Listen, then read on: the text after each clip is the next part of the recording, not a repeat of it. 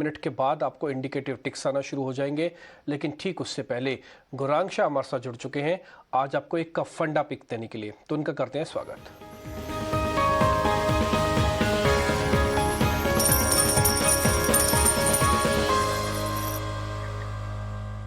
Gaurang sir, बहुत बहुत शुक्रिया आज समय देने के लिए। सुप्रभात आपको। आज जरा बताएंगे मुनाफे के फंडे में आपने कौन से शेयर रखे हैं और सर उसकी वजह क्या है?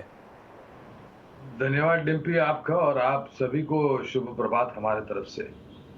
तो मुनाफे के फंडा में जिस तरीके से बुनियादी तर्क कर आधार पर हम कई बार निवेश लायक रणनीति बनाते हैं, तो दो विकल्प ढूंढे हैं और दो ऐसे क्षेत्र है डिम्पी जिन पर लोगों का ज्यादा जोर नहीं है या फिर अंडरवेट है। तो पहला है टेक्नोलॉजी से जुड़ा हुआ, इसे आप स्मॉल कैप या मिड कैप आईटी स्टॉक कह सकते हैं। नाम है KPIT technologies. Digital transformation, consultancy, software integration बनाने वाली कंपनी है ये। इलेक्ट्रिक व्हीकल्स को प्लेटफॉर्म्स और इंटीग्रेटेड सर्किट्स मुहैया कराती है टू अनेबल देयर परफॉर्मेंस।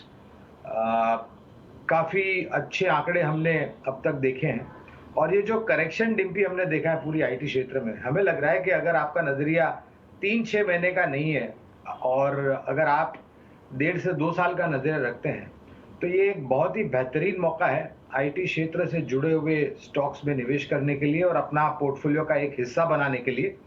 और उसी रूप में हमने आज केपीआईटी टेक्नोलॉजीज का विकल्प ढूंढा है।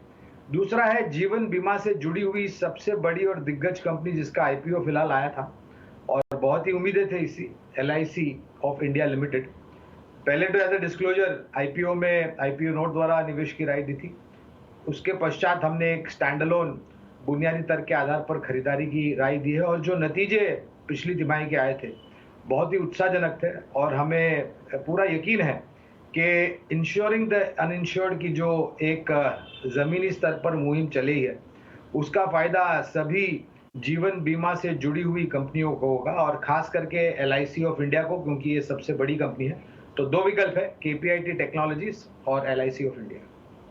जी, शुक्रिया आपका हमारे साथ जुड़ने के लिए और अपनी investment strategy, investment ideas share करने के लिए। केपीआईटी टेक्नोलॉजीज और साथ ही लाइफ इंश्योरेंस स्पेस से जुड़ी कंपनी एलआईसी पर है फोकस गौरांग शाह का।